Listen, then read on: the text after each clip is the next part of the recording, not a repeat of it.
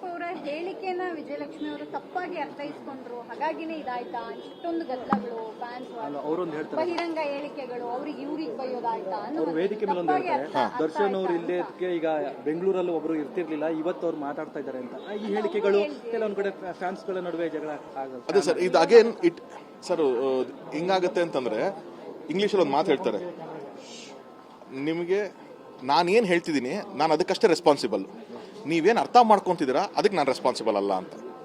I am only responsible for what I talk, not for what you understand ಅಂತ. ಹಾಗಾಗಿ ವಿಜಯಬಾಬಿ ಕೂಡ ಅವ್ರು ಬೇರೆ ಯಾವ ಪರ್ಸ್ಪೆಕ್ಟಿವ್ನಲ್ಲಿ ಹೇಳಿರ್ಬೋದು, ಸರಿನಾ? ಕೋಇನ್ಸಿಡೆನ್ಸ್ಲಿ ಹಿಂದಿನ ದಿವಸ ಅದಾಗಿರೋದಕ್ಕೂ ನೆಕ್ಸ್ಟ್ ದಿವಸ ಅವ್ರ ಈವೆಂಟ್ ಆಗಿರೋದಕ್ಕೂ ಹುಬ್ಳಿ ಈವೆಂಟ್ ಕೂಡ ಪ್ಲಾನ್ ಇರಲಿಲ್ಲ, ಅದು ಒಂದು ವಾರದಿಂದನೂ ಹೇಳ್ಕೊಂಬಂದಿದ್ದಾರೆ ನಡೆಯುತ್ತೆ ಅಲ್ಲಿ ಅಂತ. ಆ್ಯಂಡ್ ಬಾಬಿದು ಥಿಯೇಟರ್ ಟೂರ್ ಕೂಡ ಅದನ್ನು ಪ್ಲಾನ್ ಆಗಿತ್ತು ಮುಂಚೆನೆ. ಸೊ ಎರಡು ಸಿಚುವೇಶನ್ ಹಿಂದೆ ಮುಂದೆ ಬಂದು ಬಹುಶಃ ಎರಡು ಸ್ಟೇಟ್ಮೆಂಟ್ನ ರಾಂಗ್ ಕನೆಕ್ಟ್ ಕೂಡ ಆಗಿರ್ಬೋದು. ಅದು ಇಬ್ರು ನೀವು ಅದರಲ್ಲಿ ಸುದೀಪ್ ಸರ್ ಜಸ್ಟಿಫಿಕೇಶನ್ ಕೊಟ್ಟೇ ಬಿಟ್ರು, ನಾನು ಏನು ಕೇಳಿದೆ ಅಂತ ಅಂದ್ಬಿಟ್ಟು ಅಂತ. ಸೊ ಮೇ ಬಿ ಅವ್ರು ಕೂಡ ಅವ್ರದ್ದೊಂದು ಜಸ್ಟಿಫಿಕೇಶನ್ ಇರುತ್ತೆ. ಲೆಟ್ ಅಸ್ ನಾಟ್ ಮಿಸ್ಇಂಟರ್ಪ್ರೇಟ್ ಅಂತ ಹೇಳ್ತಾ ಇರೋದು.